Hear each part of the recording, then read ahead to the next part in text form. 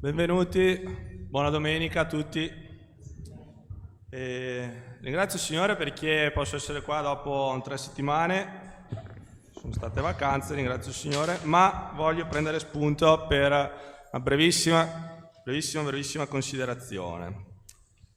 Maestro, qual è nella legge il gran comandamento? Gesù gli disse: ama il Signore Dio tuo con tutto il tuo cuore, con tutta la tua anima e con tutta la tua mente.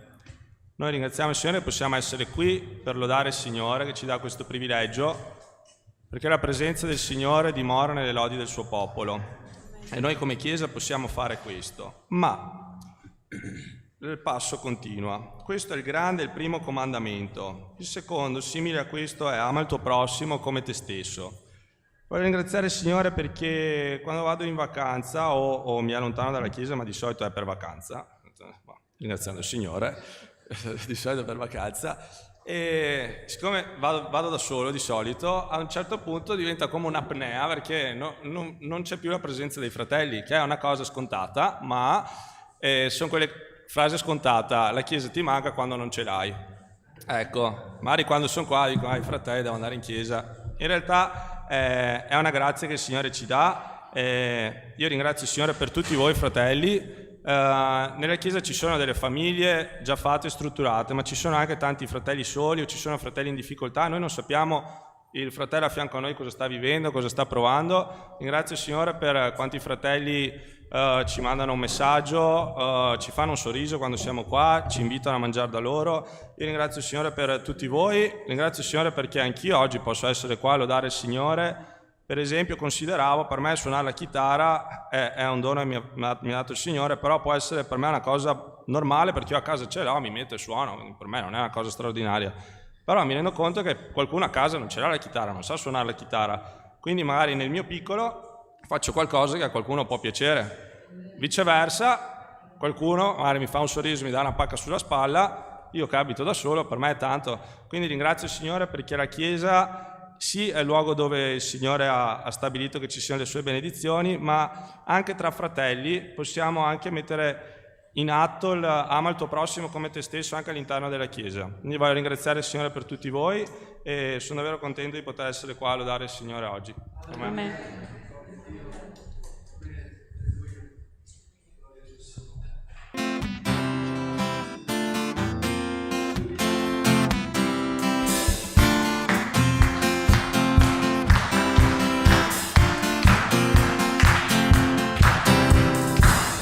Potenza tu sei, vista ai ciechi tu dai, non c'è un altro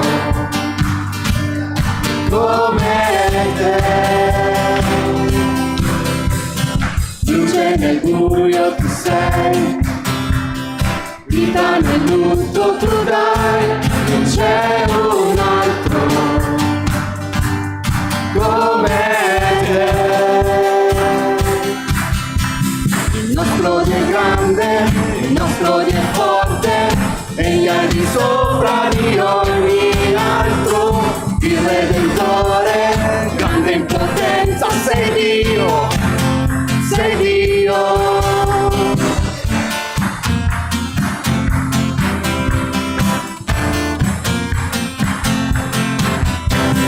Grande in potenza tu sei, vista ai ciechi tu dai, non c'è un altro come te. Luce nel buio tu sei, vita nel lutto tu dai, non c'è un altro come te. Il nostro Dio è grande, il nostro Dio è forte, egli è al di sopra di ogni altro, il Redentore, grande in potenza, sei Dio, sei Dio.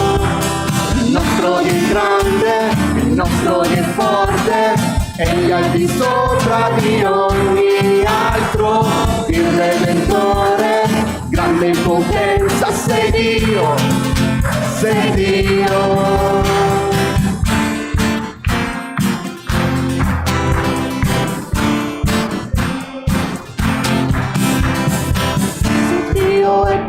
noi? Chi sarà contro noi? Se Dio è con noi, chi mai ci fermerà? Se Dio è per noi, chi sarà contro noi? Se Dio è con noi, chi mai ci fermerà?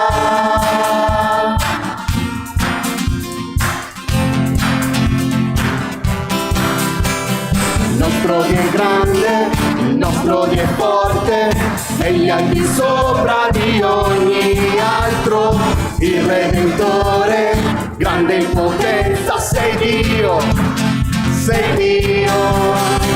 Il nostro Dio è grande, il nostro Dio è forte, egli è al di sopra di ogni altro, il Redentore, grande in potenza, sei Dio. Sei Dio, se Dio è per noi, chi sarà contro noi? Se Dio è con noi, chi mai ci fermerà? Se Dio è per noi, chi sarà contro noi? Se Dio è con noi, chi mai ci fermerà?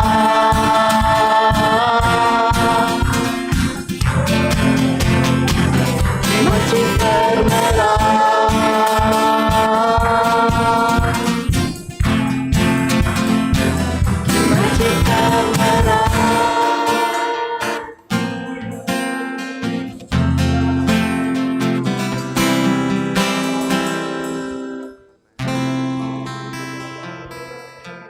Questa mattina noi abbiamo chiesto a Becky di quel poco che può dirci nel tempo, perché è stata in missione dal pastore Gennaro a Lodi, nelle missioni che ha lì. Ha voluto prendersi una settimana di ferie e ha voluto dire: pastore, vorrei andare una settimana a qualche parte, cosa mi consigli per una missione? Così, e gli ho consigliato da Gennaro. E quindi è stata lì una settimana, è arrivata ieri. E allora, Becky, vieni qua, raccontaci un po' quello che hai vissuto, l'esperienza che hai fatto, ovviamente nei limiti per quello che puoi. Ecco, sì, va bene. Comunque, gloria a Dio. Pace a tutti, mi sentite? Ok, è un piacere rivedervi tutti, sono molto contenta di essere qui con voi. Come dice il pastore, se devo raccontare ci vorrà più di un culto per raccontare quello che il Signore proprio ha fatto. Ma prima di tutto volevo ringraziare il Signore per la possibilità che mi ha dato di essere là, perché già prima della ferie io già ho avvisato tutti, anche al lavoro, gli ho detto: non mi dovete disturbare perché il mio 3 settimane di ferie voglio riposare, no, non voglio fare niente, voglio viaggiare. Già come Dio fa le cose, con la mia sorella a Londra abbiamo programmato di fare una settimana in Puglia, una settimana in Toscana, l'altra settimana a fare chissà cosa, ma basta non fare niente e riposare, perché avendo avuto una stagione veramente impegnativa di lavoro, ma è successo un po' di cose che alla fine lei a lavoro ha avuto questo problema che non poteva prendere 2 settimane. Hanno dato una settimana e lei mi dice: facciamo 3 giorni in Puglia, 3 giorni. Ho detto: no, sarebbe stressante dopo fare questo. No, allora lascia stare, io non faccio più, faccio altro. Perciò anche con Arianna avevo parlato, facciamo una... Stavo programmando tutto io, no? E poi è arrivata quella notte, di mattina pregavo e il Signore mi ha messo nel cuore di fare questa cosa, di andare a fare missione per 7 giorni. Io ho detto, come? Perché io voglio riposare. Non so se il Signore non ha capito, no? Perciò ho detto, ok. E poi mi è arrivata, io ho detto: ma come faccio? Non è che conosco le missioni, che posso andare così subito, senza preavviso. Ho detto, e il Signore mi ha messo nel cuore di parlare con pastori. Io ho detto: già umanamente facciamo dei ragionamenti. Io chiamo Pastore Gianni, lo dico: Signore mi ha messo in cuore, ma tu cosa stai facendo a questo momento che già devi andare in missione? Per dire no, perché umanamente che cosa stai facendo qua che devi andare fuori? Non so, per dire.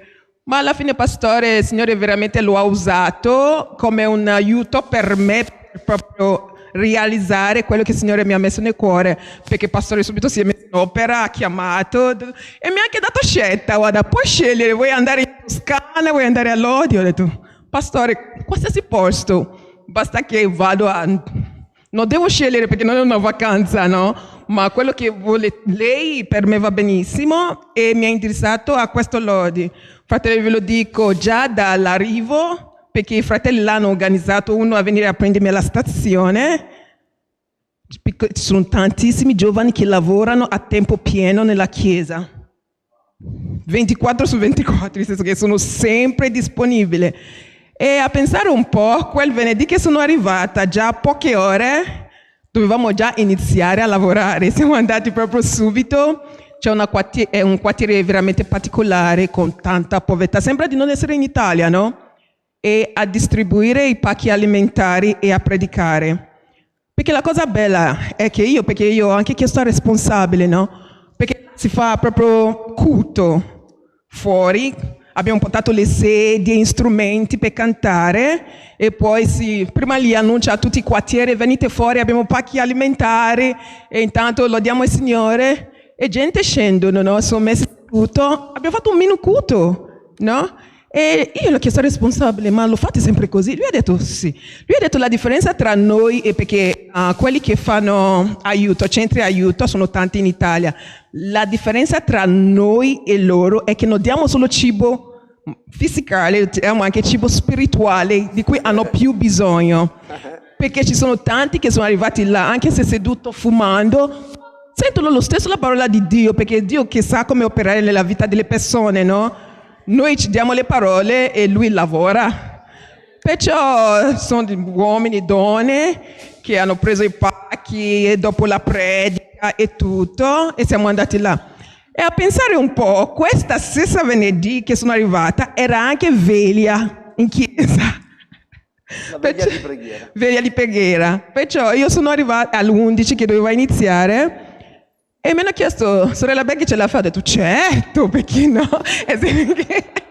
Dopo quello siamo stati fino all'1 di notte a pregare, è stato veramente un bellissimo momento nella presenza del Signore, proprio solo preghiera e canta, non c'è predica, non c'è niente, è proprio bellissimo nella presenza. E poi la chiesa c'era un bel numero. E la cosa mi ha colpito, pastore, c'erano anche bambini, fino all'1 di notte che si mettono davanti e pregano. È stato bellissimo, veramente. E poi una cosa che mi ha colpito è questa bambina di 8 anni che mette la mano sopra la sua amica e inizia a pregare su di lei. Ho detto, mamma mia, queste cose solo opera che il Signore può fare. Sono successe tante di quelle cose, siamo andati a diverse parti, ho lavorato con case, le sorelle, cioè quelli con bimbi, quelli drogati, cioè ci sono di tutti i tipi, no? Che il Signore proprio ha cambiato da così a così.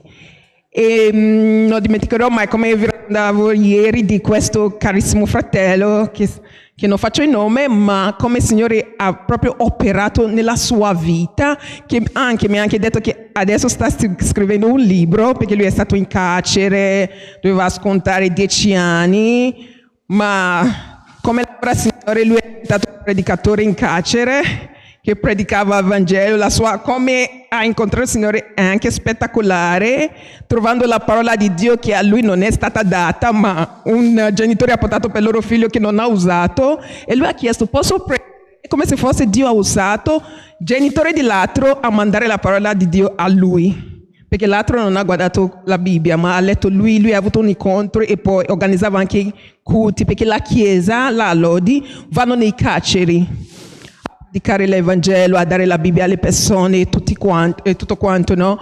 Perciò è stato un momento veramente che il Signore mi ha proprio riaperto gli occhi su diverse cose che Lui veramente vuole fare con la mia vita, perché è troppo comodo stare comodo. No, veramente, cioè, alla fine, cioè, io ho visto che tanti ragazzi, no? Ci sono, come vi ho detto prima, tatuati, che il Signore ha tirato fuori dalla strada, che si mettono là con le mani alzate a pregare per gli altri, come loro che sono ancora nella strada. Cioè, è un miracolo. Amen. Perciò questa settimana per me è stata molto intensa, non sto qua a raccontarvi tutto perché se no rubo tutto il tempo a Padre Gennaro, ma ringrazio il Signore per questa opportunità che mi ha dato e come hanno detto i fratelli, Becky, tu non puoi venire qua per solo una settimana, sei venuta a assaggiare, no? Aspettiamo, grazie di tutto e grazie Pastore. Amen. Amen. Amen. Gloria a Dio.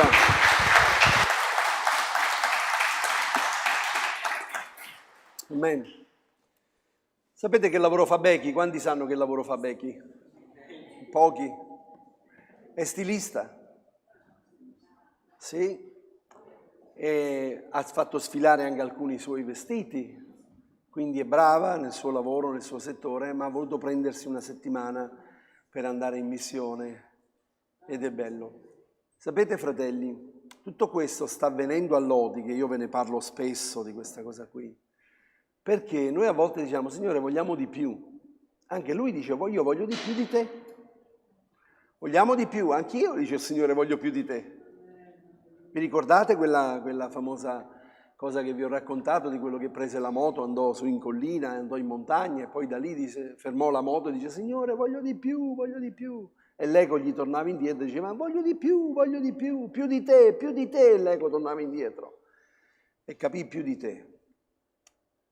Se c'è una chiesa che ha il desiderio per le anime perse, che stanno morendo fuori, e si mette a disposizione per l'opera del Signore, Dio opera, fa miracoli che neanche immaginate, non per le tue capacità, ma per le sue capacità.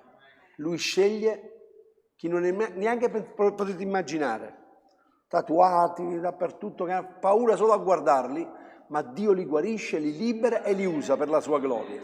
Amen. Gloria a Dio. Quindi questa è veramente una bellissima cosa che il Signore sta facendo lì a Lodi. Prossima volta avremo anche il fratello Gennaro che sarà qui in mezzo a noi, ma questa mattina io ho il piacere, come sapete, comunque per la stima, per l'amore che abbiamo, e il fratello Michele Mango, non abbiamo ancora sua moglie, ma un giorno verrà anche sua moglie, sicuramente la porterà con noi. Sono missionari in Kosovo, ma al di là di questo, voi sapete, a me non piace dare titoli a nessuno, non mi piace proprio di persona, non diamo i titoli, perché io li chiamo servi di Dio. Il servo di Dio non ha bisogno di presentazione, si presenta da solo. E quando apre la bocca si capisce che è un servo di Dio. Ieri siamo stati benedetti in mezzo ai giovani, vero ragazzi? Ieri il Signore ci ha benedetti veramente con molta semplicità e sono certo che anche questa mattina il Signore le userà per la sua gloria. Volevo fra l'altro dirvi che comunque noi abbiamo preso a cuore la missione nel Kosovo e quindi fa parte delle nostre missioni che abbiamo, che benediciamo, che sosteniamo e quindi sicuramente noi partecipiamo a questo. E ho sentito anche che i giovani vorrebbero andarlo a trovare, vorrebbero andare in Kosovo, faranno una squadra di andare lì. Bene, non mi dite a me, vorrei una settimana dove mandarmi, perché io vi mando, non vi preoccupate, perché voi basta soltanto che mi dite, poi non vi preoccupate, io trovo il posto dove mandarvi, ma proprio assolutamente, perché ne conosco tanti e basta una mia telefonata vi accolgono a braccia aperte. Quindi non vi preoccupate, se chi c'è che desidera servire il Signore, non vi preoccupate perché lo servirà. Amen. Vieni Michele, il Signore ci benedirà. Gloria a Dio. Amen.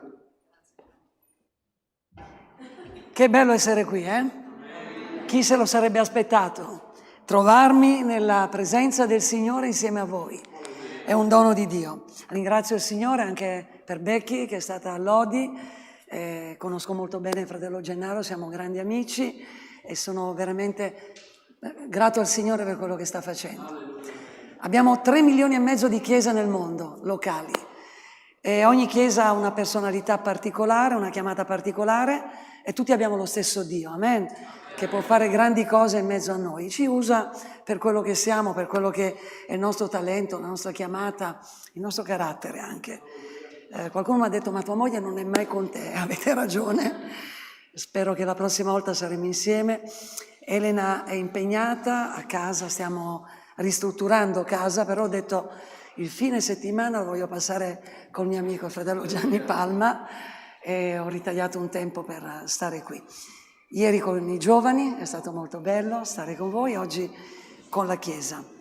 Se ci stanno ascoltando a casa, soprattutto gli sposi, voglio dire che mi dispiace non essere qui domenica prossima, perché io reputo che è uno dei più grandi miracoli a cui possiamo assistere, dopo tutti quegli anni che hanno passato, tornare ad amarsi e a ricomporre una famiglia. Qualcuno può dire, ma a quell'età, a qualsiasi età, Dio fa cose grandi.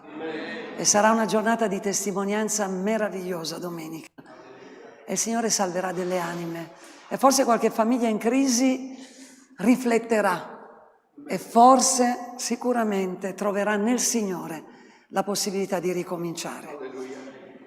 Fratello mi ha chiamato, dice, ma di cosa parlerai? E poi mi ha detto, guarda che l'altra volta sei venuto, hai testimoniato, vogliamo sentire la predicazione. Io non mi sono accorto che avevo dato tanto spazio alla testimonianza. E così ho avuto davanti il desiderio di parlarvi della passione per le anime. È quello che ha detto la sorella Becchi, un po' ha introdotto l'argomento. Però di solito quando parliamo di passione per le anime, non so se hai proiettato il testo e il titolo, è dietro. Bene, noi di solito pensiamo alla passione che noi dobbiamo avere per le anime. E invece vi voglio dire che non parlerò di questo, ma voglio parlarvi della passione per le anime che Dio ha. La passione che Dio ha per le anime. Perché in mezzo a queste anime c'è la passione che Dio ha per la tua anima, per la tua persona. Quindi sicuramente poi noi dobbiamo somigliare a Dio, ma parlare della passione che Dio ha per le anime è molto importante. E vi parlerò di questo. Paolo lo dirà con queste parole, scrivendo a Timoteo, che era un suo giovane collaboratore. Tra Paolo e Timoteo probabilmente c'erano 26 anni di differenza. Quando l'Apostolo Paolo verrà ucciso a Roma, era l'anno 67, regnava l'imperatore Nerone. Nerone darà ordine di decapitare Paolo. Se tu vai a Roma puoi visitare il carcere dove Paolo è stato, conoscere un po' di questa storia. E Paolo sarà decapitato, ma prima di morire scriverà 2 lettere a Timoteo, e in una di queste lettere lui parlerà della passione di Dio. Nel capitolo 2 della prima lettera a Timoteo, al versetto 4, Paolo dirà queste parole, sentite che belle.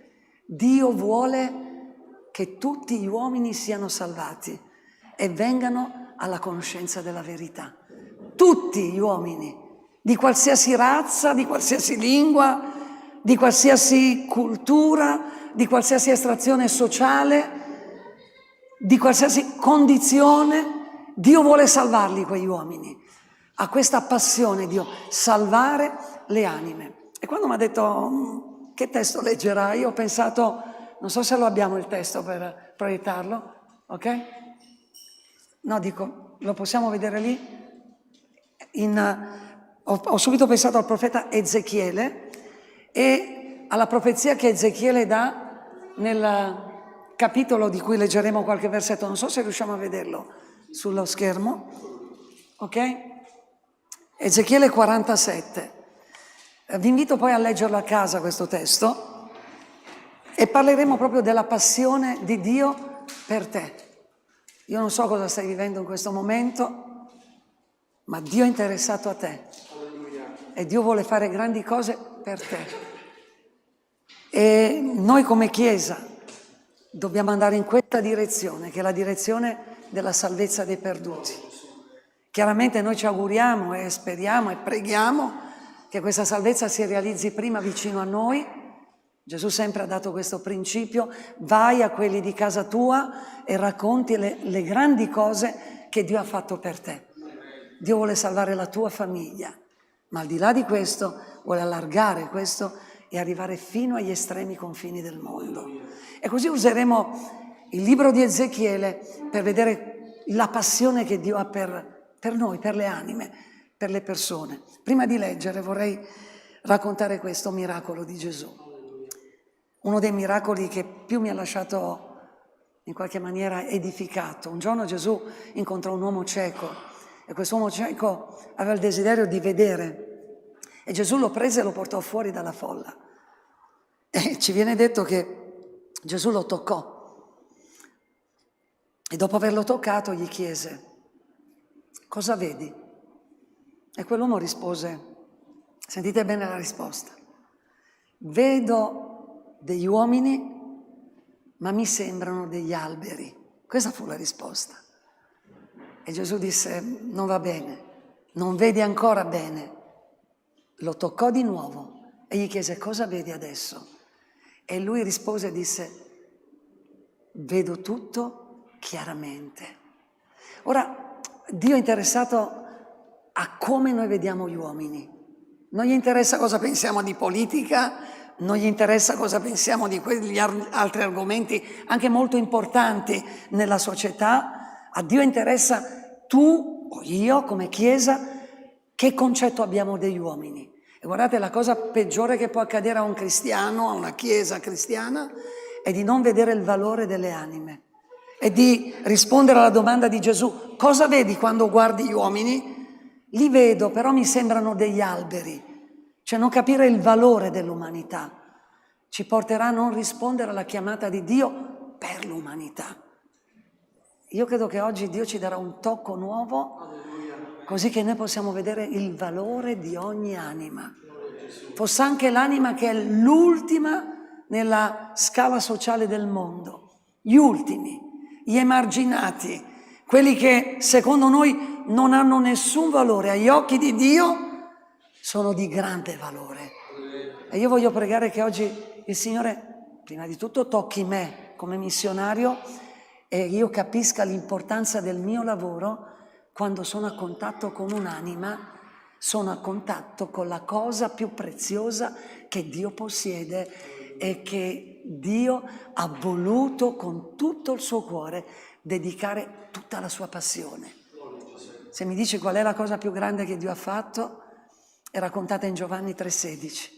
Dio ha tanto amato il mondo che ha dato il suo unigenito figliuolo, affinché chiunque creda in Lui non perisca, ma abbia la vita eterna. E così vi voglio invitare a leggere insieme a me i primi versetti del capitolo 47 di Ezechiele.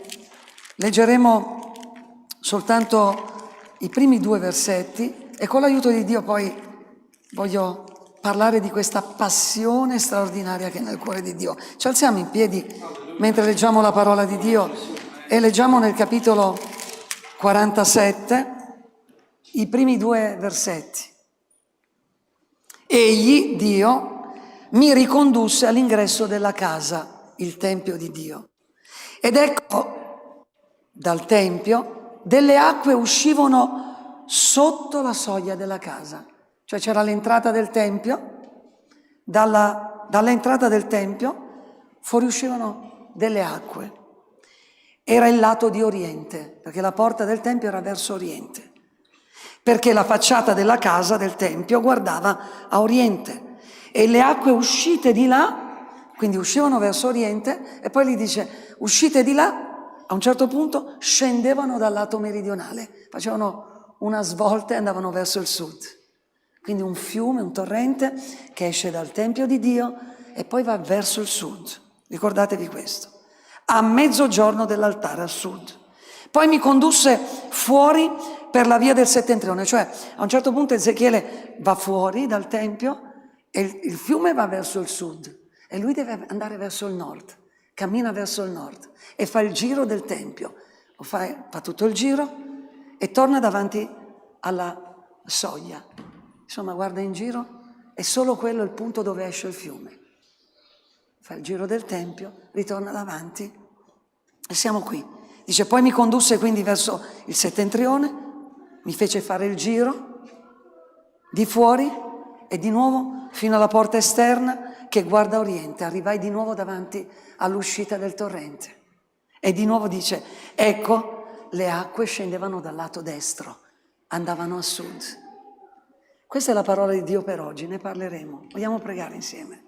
Signore, ti preghiamo con tutto il cuore che tu ci parli della passione che hai per le anime che stanno che sono perdute, che si stanno perdendo.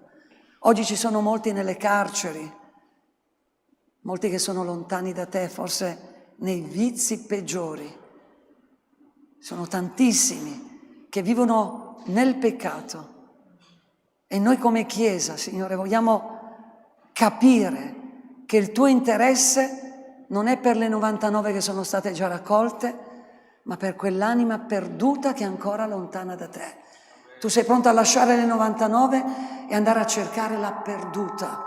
E noi ti preghiamo nel nome di Gesù che tu ci mandi, Signore, che noi facciamo incontri nei quali possiamo predicare la tua parola ai perduti, Signore, e che possiamo vedere la salvezza non di centinaia di anime, ma di migliaia e di milioni di anime che hanno bisogno della tua grazia. Serviti di noi, della nostra professione, dei nostri talenti perché ce li hai dati tu, del nostro tempo perché è un dono tuo, dei beni che ci hai dati perché appartengono a te, Signore, e noi siamo amministratori della tua svariata grazia. Fa che usiamo ogni cosa per la tua gloria, Signore, e parlaci oggi. Te lo chiediamo nel nome di Gesù. Amen. Accomodatevi. Il libro di Ezechiele è un libro meraviglioso anche perché il profeta Ezechiele profetizza in un tempo molto difficile.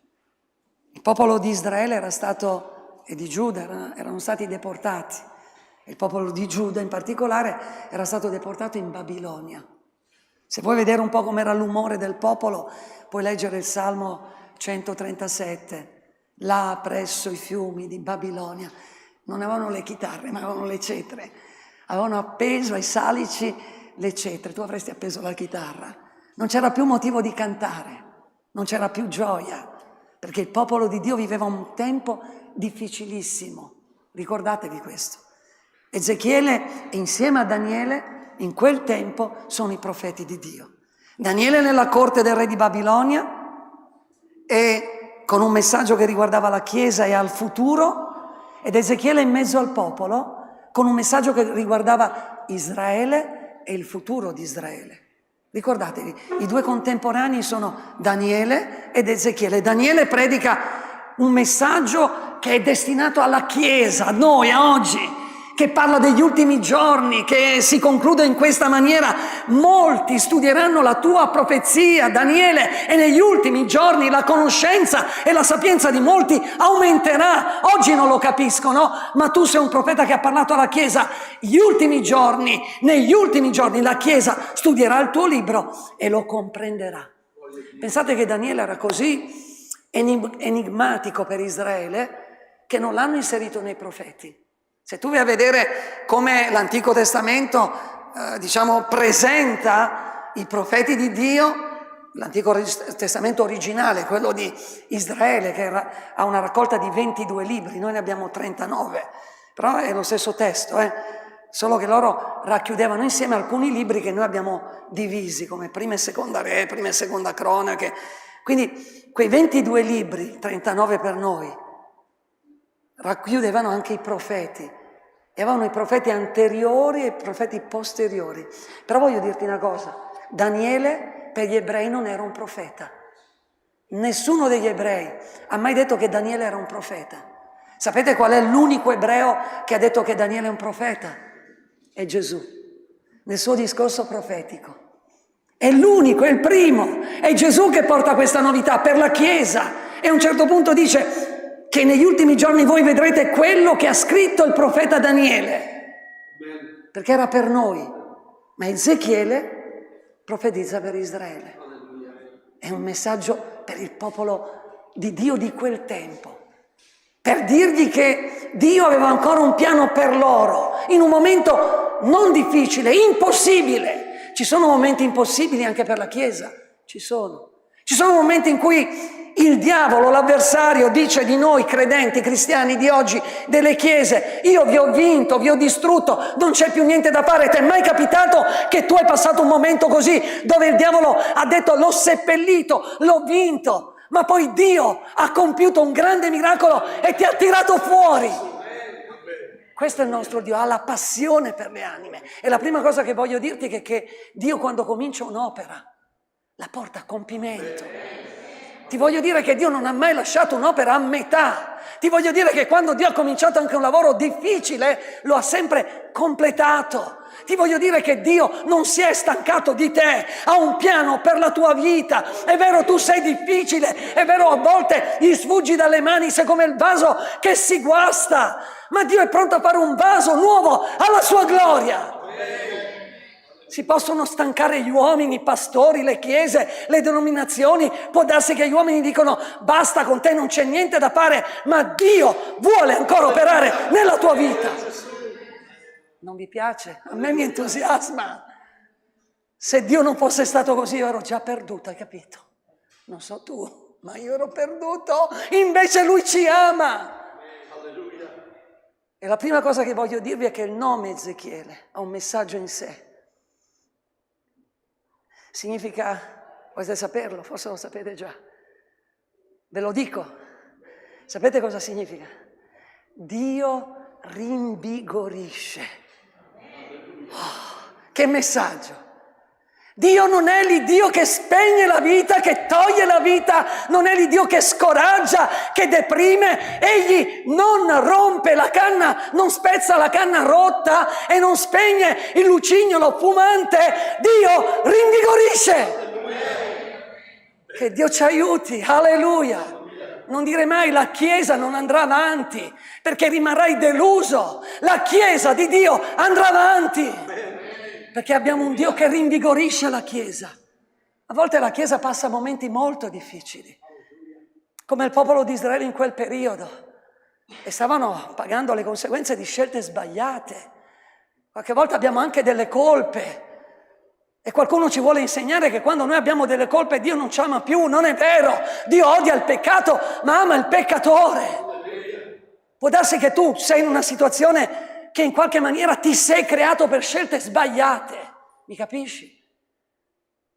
Ma Dio non ti abbandona, perché Egli è Ezechiele, è colui che rinvigorisce, è colui che ridà la vita, è colui che ti rimette in piedi, è colui che quando cadi ti viene a cercare e ti ristabilisce. Io voglio ringraziare Dio perché non si stanca mai di venirci a cercare. Voglio ringraziare Dio, io giro molte chiese per il lavoro che Dio mi ha chiamato a compiere. Vedo i momenti delle chiese, ci sono delle chiese che stanno toccando il cielo con una mano e tu hai descritto un momento di risveglio straordinario che stanno vivendo alcune chiese, altre stanno vivendo dei momenti forse difficili e sono giù, ma vi posso dire una cosa, che in ogni comunità cristiana c'è la presenza di Dio che è preziosa sempre. Non senti la presenza di Dio stamattina?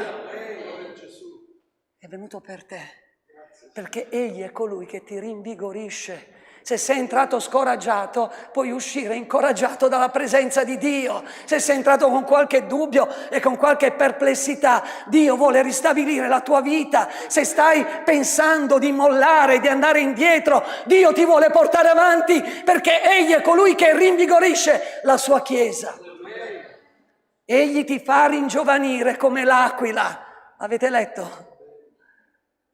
Quante cose ci scoraggiano, è vero o no? Fuori, quando viviamo nel mondo, nel posto di lavoro, nella famiglia, nella società, quante parole, quanti atteggiamenti ci hanno distrutto, ci hanno scoraggiato, quante volte la nostra vita è caduta a pezzi perché ci sono successe cose che noi non prevedavamo, non era possibile neanche pensarlo, a volte siamo stati travolti dagli eventi e noi stessi abbiamo detto io non ce la farò, ma Dio è venuto a dirci io ti amo ancora. E gloria a Dio per questa verità. Come faremo noi a sostenere i cristiani? Ma quale uomo può sostenere l'opera di Dio? Dimmelo. Io non ne sono capace, ma Dio sostiene la sua opera. Qualcuno pensa di lavorare per Dio a conto terzi, sai no cosa vuol dire conto terzi? Dio ci ha affidato il lavoro e glielo diamo quando finiamo. Dio non affiderà mai il suo lavoro a qualcun altro. Noi siamo collaboratori di Dio, ma questo è il lavoro di Dio. Dio ha passione per le anime. Dio non ci affiderà mai a qualcun altro. Insieme lavoriamo con Dio, ma non lavoriamo per Dio, staccati dalla sua presenza. Noi siamo parte di questo meraviglioso piano. Allora, la prima cosa che dice il libro di Ezechiele è che Dio non si stancherà di portare avanti l'opera nella tua vita. Fratello, ma tu non sai che momento sto vivendo. Tutto va male, la salute, la famiglia, il lavoro, le amicizie. Mi è crollato tutto, sono quasi in depressione, non ce la faccio più, tu non sai il dramma della mia vita, della mia famiglia, tu non sai in che situazione sono io, forse tu parli perché non sai i problemi che io vivo, no, io non parlo per questo, io parlo perché Dio mi ha mandato e ha una parola per te che sei così scoraggiato, scoraggiata, io parlo perché Dio vuole compiere un'opera stamattina nella tua vita e ti dico che Dio non ha finito con te, Egli è colui che rinvigorisce la tua vita. E prima che concludiamo questo culto noi pregheremo e vogliamo vedere la gloria di Dio nella tua vita. Dai un'altra possibilità al Signore. Oh, alzati in piedi e di: Signore, sono qui, voglio di nuovo prendere parte al lavoro nella tua chiesa. Cosa ti ha scoraggiato? Se ti faccio l'elenco io delle cose che mi hanno scoraggiato. Tutti si scoraggiano. Io non sono un medico, non sono neanche un teologo, ma leggo commenti, no, sull'esperienza di Elia. Elia va sotto una ginestra, un albero, e dice: Signore, voglio morire. E qualcuno ha detto era in depressione. E Dio non si stanca con Elia. Dio va da Elia, gli dice di mangiare del pane che era stato cotto lì al momento, e dice: Elia, alzati e mangia. Oggi abbi il coraggio di mangiare della parola di Dio, perché Dio ti vuole rinvigorire. Ed Elia, per quello che mangiò, camminò 40 giorni e 40 notti. Tu non hai idea di come può cambiare la tua condizione. Ti sembrerà di volare. Comincerai a dire: ma come è bello servire il Signore, come è facile fare la volontà di Dio, mentre oggi ti sembra impossibile. Ma Dio vuole rinvigorire la tua vita. Siamo capitati in tante situazioni, anche personali, qualche volta a casa delle persone, e qualche volta siamo entrati, io e Elena, a casa di alcune famiglie, e Dio ci ha detto: guarda che sono vicini a mollare, a lasciare. Guarda che tu non lo vedi, ma hanno dei problemi seri. Ci ha parlato il Signore. Voi credete che Dio parla? Amen. Dio parla. Devi ascoltarlo quando parla. E sempre Dio ci ha detto: digli che c'è speranza. Digli che abbiamo ancora speranza. Digli che possiamo ricominciare. Digli che non è ancora tutto finito. Digli che il diavolo ha un limite, perché io ho detto all'avversario: fin qui e non oltre. Fagli rileggere e riportagli alla mente le esperienze di Giobbe. Vi ricordate quell'uomo? Tutto andava bene nella sua vita e tutto funzionava al meglio e lui toccava il cielo con un dito, ma l'avversario si è scatenato contro di lui. Questo succede quando tu vuoi fare la volontà di Dio, quando sei un uomo, una donna che serve Dio. L'avversario non lo gradisce e si scatena contro la nostra vita. E succede di tutto. A Giobbe gli è successo di tutto. Ha perso tutto. Ha perso il lavoro, ha perso i figli soprattutto. Ha perso la salute, ha perso la stima dei suoi amici, ha perso tutto. Ma Giobbe non ha perso la speranza nel Signore, perché lui credeva che il Signore si poteva descrivere con questo nome, Ezechiele, colui che ridà il vigore. Il diavolo gli diceva: lascia perdere il tuo Dio, lascia perdere la tua fede, hai sbagliato a credere in Lui. Ma lui a un certo punto, nel capitolo 17, eleva un grido, alza la voce e guarda in faccia all'avversario che gli diceva: sei finito. E Giobbe lo guarda e gli dice: no, io non sono finito, io so che il mio Redentore vive e alla fine si leverà sulla polvere. Io rivedrò di nuovo la gloria di Dio. Se non sei animato da questo, puoi essere il più grande servitore di Dio, ma tu non riuscirai. Quando noi cadiamo, dobbiamo trovare la forza in Dio di rialzarci. Devo correre, perché io non predico mai, ma quando predico poi sono lungo. La seconda cosa che tu vedi nel libro di Ezechiele, ascoltatemi bene, è meglio far parte del popolo di Dio anche nei tempi di difficoltà che appartenere al mondo che non conosce Dio.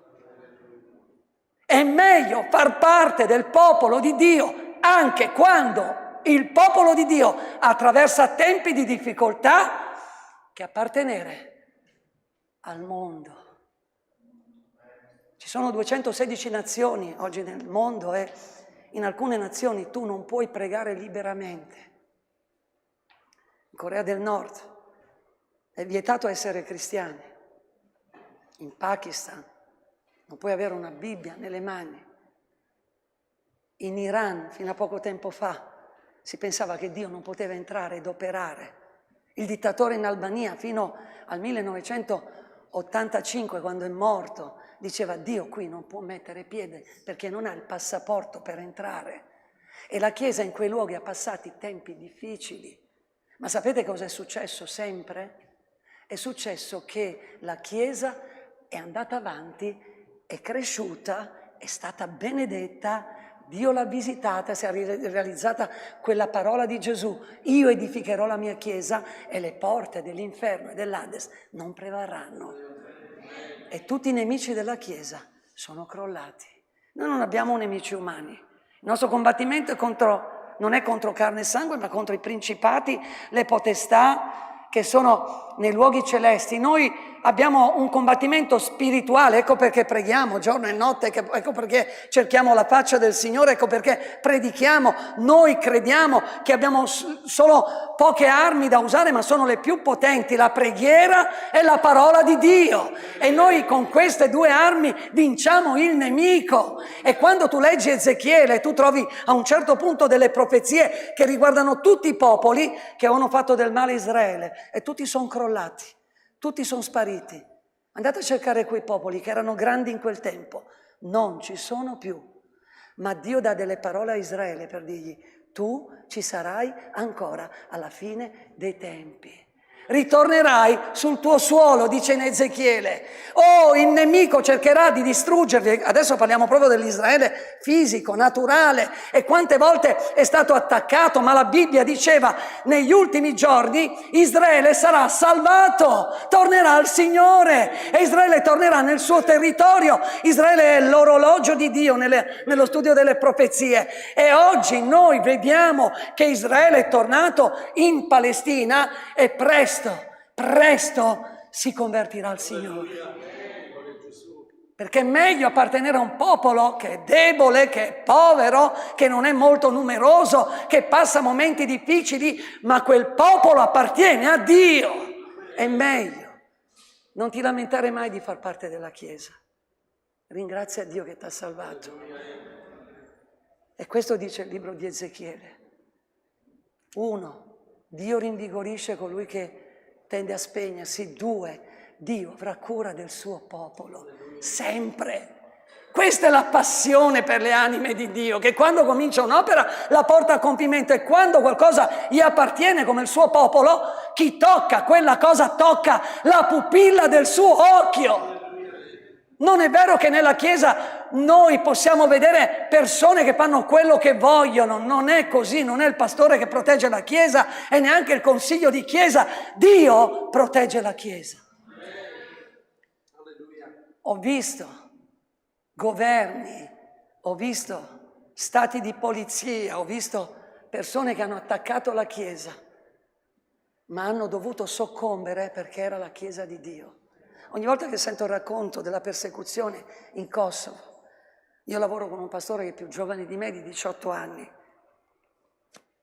2 volte me. Quando io predico e lui mi interpreta, sembro suo figlio, forte, anche come carattere. E a 43 anni gli dico: Arthur, ma raccontami un po' del tempo della persecuzione. E lui mi dice 2 cose importanti. 1, Michele, quando tu passi un pericolo di vita o di morte e appartieni al Signore, è come se Dio ti fa un'anestesia. Cioè tu passi i pericoli e quando ne esci dici: ma li ho vissuti io? Perché Dio è come se ti anestetizza, è come se tu non hai più paura. Qualche volta il diavolo ci sfida e dice: ma se viene la persecuzione, voi che cosa farete? E noi, se guardiamo alle forze che abbiamo un po' di timore di quello che accadrà, ma non ci dobbiamo preoccupare, perché Dio ci darà in quel momento la misura della forza che ci necessita. E Lui me lo dice sempre. Guarda che io ho vissuto delle cose, ma mi sembrano un sogno, perché quando le ho vissute io non mi sono neanche reso conto che stavo per morire, perché Dio mi ha anestetizzato. Gloria a Dio, alleluia, alleluia, non è per forza, non è per potenza, ma è per lo Spirito mio, dice il Signore. La Chiesa di Dio va avanti, devo finire. Quando sento questo racconto dico: io non avrei questa forza. Lui, che è un omone, mi mette la mano addosso e dice: no, perché se tu sei un uomo di Dio, Dio ti darà questa forza. E ho capito che non devo preoccuparmi, perché se appartieni al Signore, Dio ti difenderà. E poi mi ha raccontato che per 3 volte, all'età di 20 anni, lo hanno arrestato, lo hanno messo contro il muro e c'era un plotone pronto a sparargli per fare un'esecuzione. Rinneghi Gesù o muori? E lui diceva: io non potevo rinnegare Gesù, dovevo morire. E gli dicevo: ma cosa hai fatto? Michele, ho chiuso gli occhi e ho pensato a com'era il cielo, mi stavo preparando. E ogni volta che ho pregato e ho detto: Signore, se è la tua volontà, prendimi, ho riaperto gli occhi e ho visto il comandante dire: no, questo non lo uccidiamo.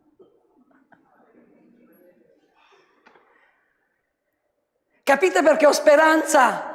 Perché è Dio che decide se viviamo o se moriamo, perché noi non dipendiamo da quello che deciderà il governo o i governi umani.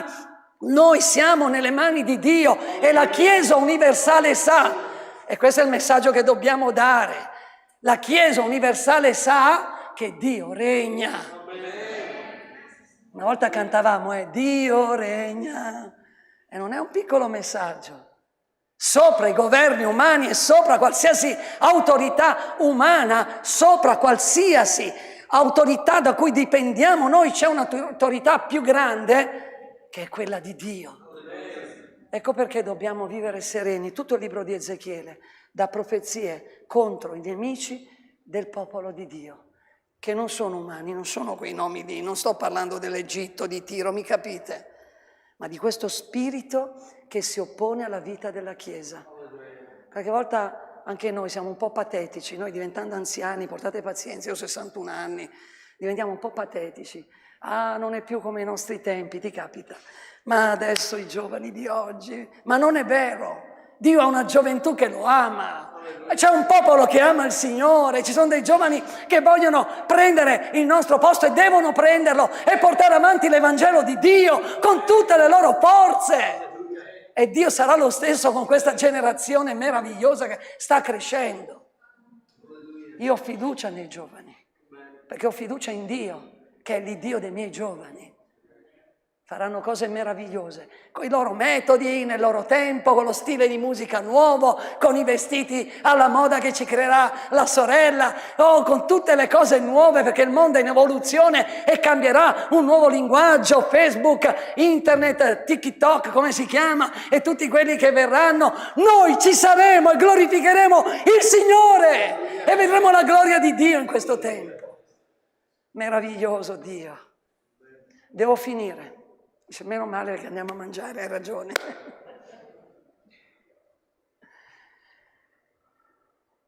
Il torrente esce dalla casa di Dio.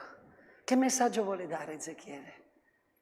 Allora, il primo punto è Dio rinvigorisce il suo popolo. Il secondo, nel libro di Ezechiele, appartenere a Dio è sicurezza, Dio ha cura di quello che gli appartiene.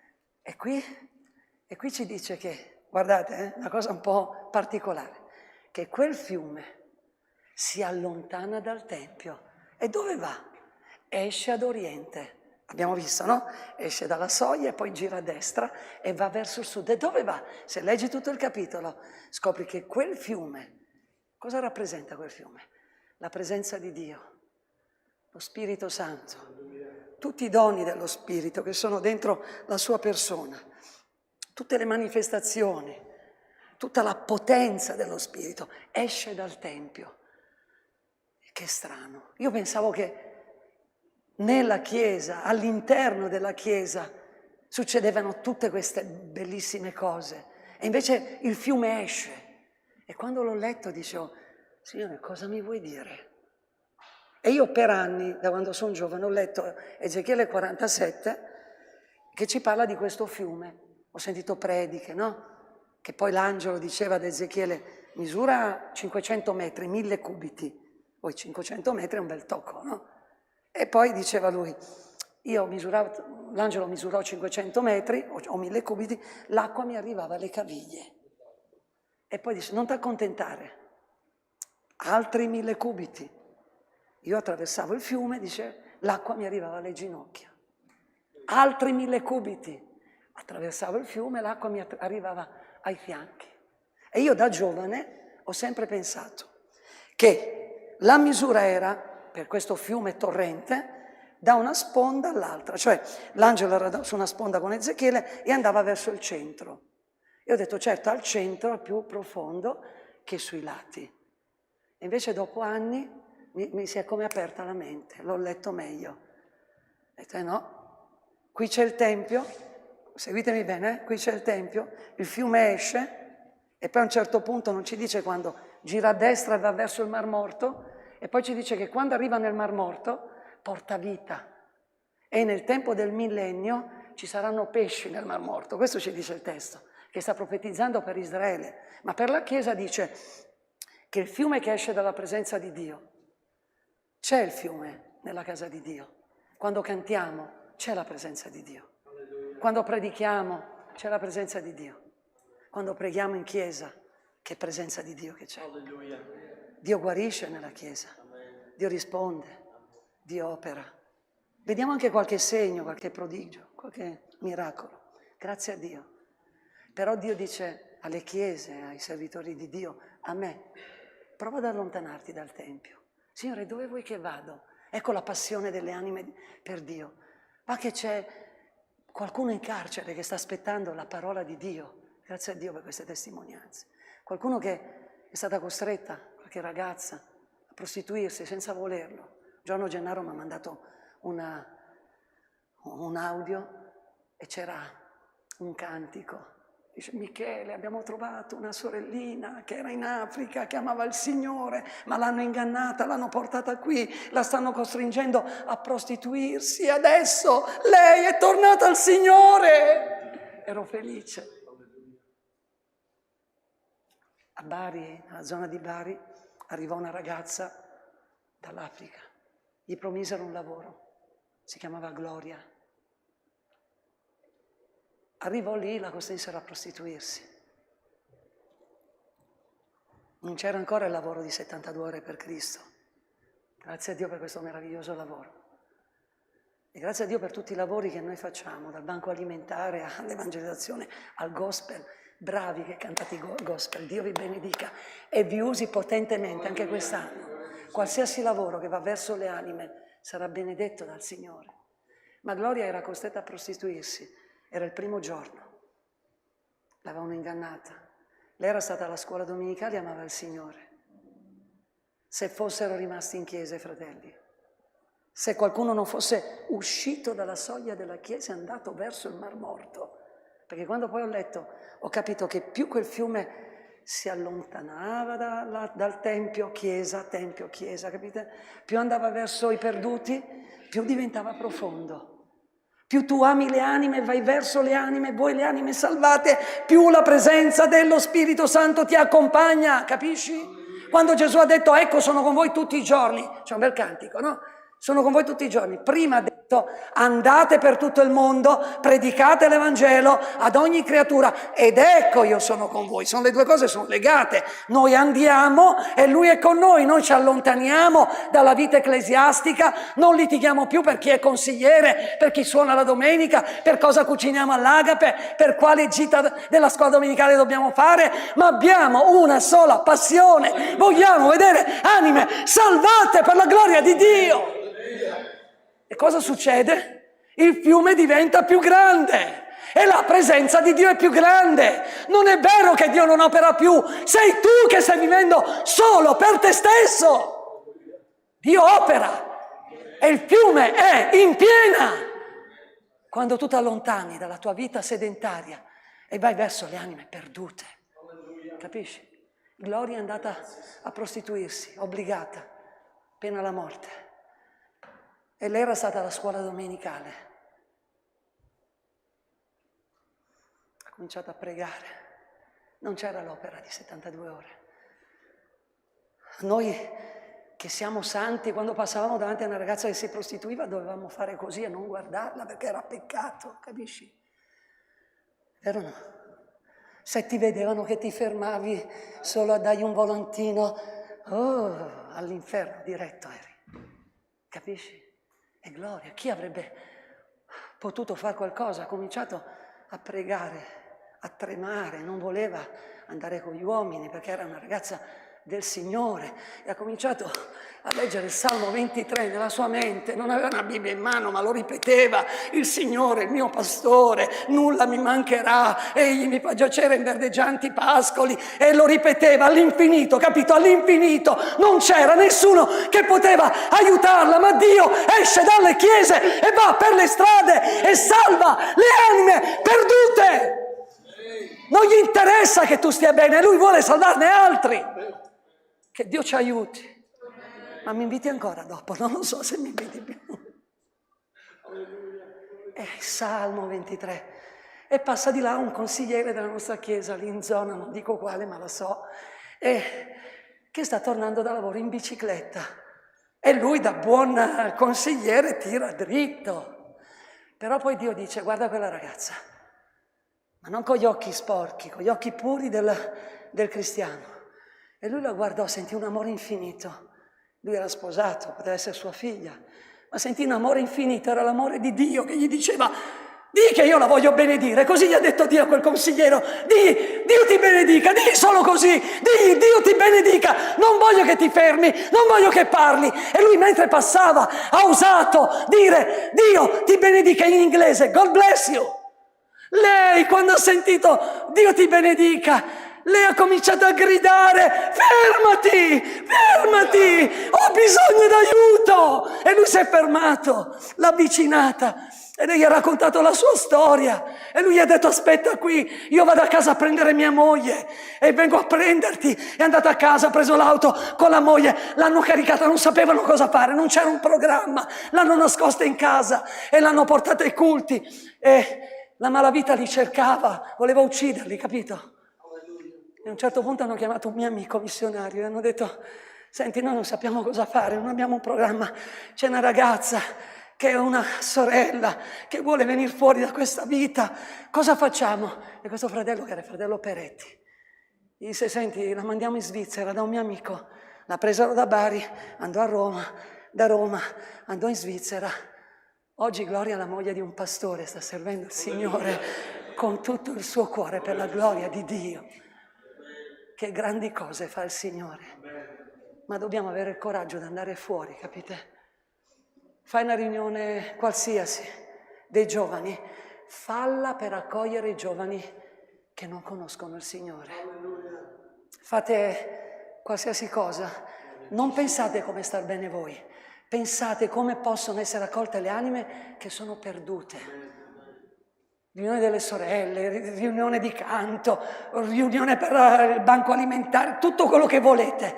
Fatelo in vista di quelli che non conoscono il Signore.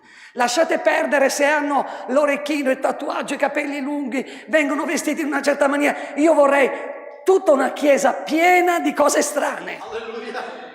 Vi racconto solo questa, che ho preso tanto tempo. Ero pastore ad Arona e vicino alla mia chiesa c'era un palazzo e in quel palazzo abitava un bambino di circa 8 anni che andava a scuola con un bambino della nostra chiesa di 8 anni. Erano in terza, quarta elementare e così parlavano un giorno mentre erano a scuola e il bambino cattolico diceva: oh, che noia domenica in chiesa, 45 minuti, il prete non finiva più. E il nostro bambino evangelico gli fa: ah, 45 minuti, beato te! Noi entriamo in chiesa che giorno, usciamo che notte. Lodi.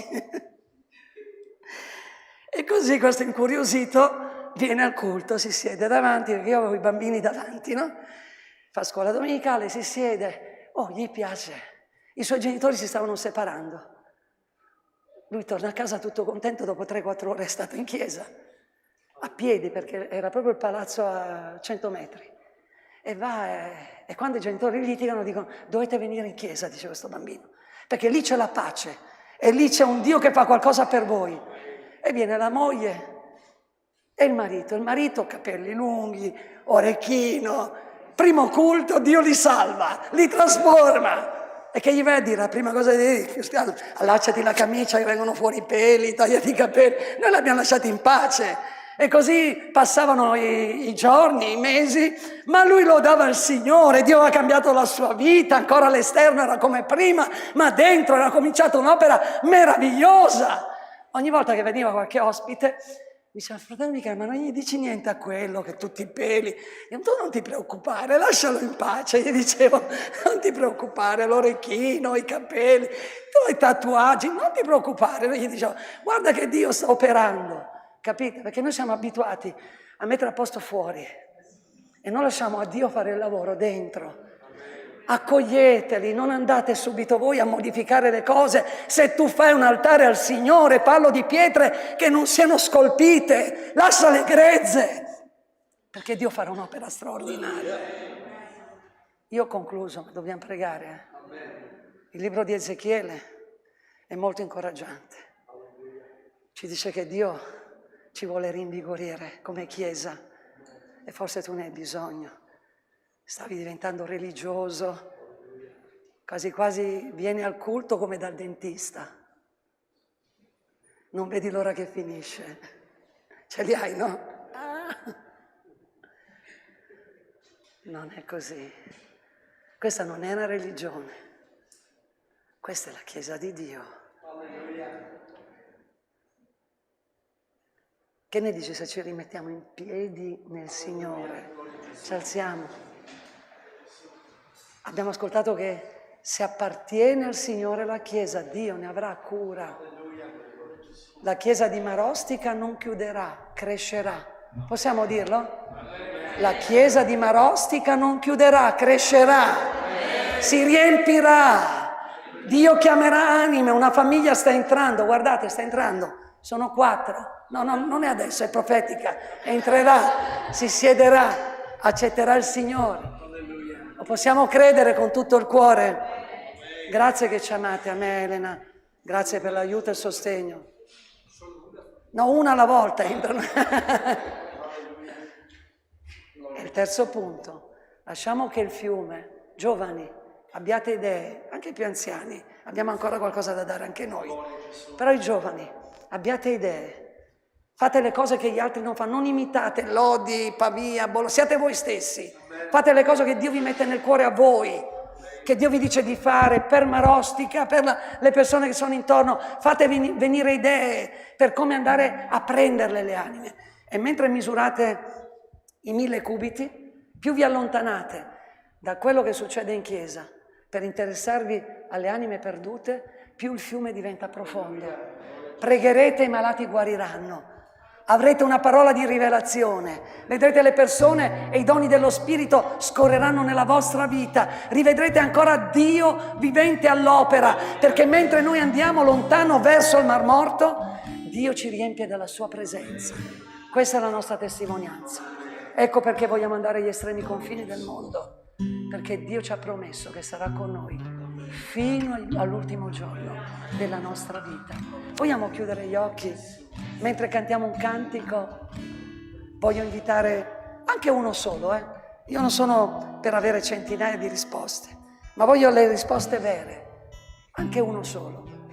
Mentre cantiamo, se tu sei l'unico, o voi se siete una coppia, anche se sei solo, il mio primo appello che ho risposto, lo vuoi sapere? Un pastore ha detto: qual è la persona più indegna qua dentro che vuole venire avanti a pregare? E io mi sentivo così, il primo appello che ho risposto. C'erano migliaia di giovani. Sono uscito, avevo solo 19 anni, ho fatto il corridoio, non mi vergognavo. Il pastore aveva detto: il peggiore di voi venga avanti. E io sono andata avanti. Primo appello che ho risposto. Ho provato a salire i gradini perché era sopra il pulpito, sono caduto e tutti hanno riso. Pensate che bella carriera, Ho detto: mamma mia, ma perché ho risposto a sto appello? Ho fatto una preghiera e mentre pregavo è sceso la gloria di Dio su tutti i presenti. E ho cominciato a dire: Signore, io mi umilierò, io non avrò timore, io mi donerò a te. E così è stato per tutta la vita. Sono passati 40 anni, ancora stiamo servendo il Signore. La lode e la gloria, tu che regni per l'eternità, secoli dei secoli. Grazie per questa mattina, grazie per la tua parola, grazie per come ti sei usato del tuo servo, Signore, per come quelle acque sono uscite dal tuo trono per benedire le nostre vite. Signore, fa che noi possiamo non soltanto essere uditori della tua parola, ma anche facitori della tua parola. E quello che abbiamo ascoltato questa mattina vogliamo metterlo in opera, Signore, con la guida del tuo Santo Spirito. Fa che abbiamo, Signore, il peso delle anime e possiamo vedere il tuo peso. Grazie, Padre, per questo messaggio di questa mattina. Grazie per queste anime che sono venute qui davanti, Signore, che hai portato sicuramente un rinfresco nella loro vita spirituale. Grazie, Padre. Grazie nel nome di Gesù e grazie per il fratello Michele, per quest'opera, Signore, che tu l'hai chiamato a svolgere. Continua a usarti di lui per la tua gloria, Signore. Benedici sua moglie, Signore, a casa, lì dove hai i suoi figli, Padre. Ti preghiamo, Signore, nel nome di Gesù. Amen. Gloria a Dio, amen. Alleluia. Il fratello Michele mi ha detto: mi farai ancora tornare? Cosa dite? Amen. Alleluia. Certo che sì, è sempre il benvenuto qui in mezzo a noi, che Dio lo possa continuare a usare potentemente. Amen. Dio ci benedica, fratelli. Alleluia. Buona domenica a tutti quanti noi. Amen.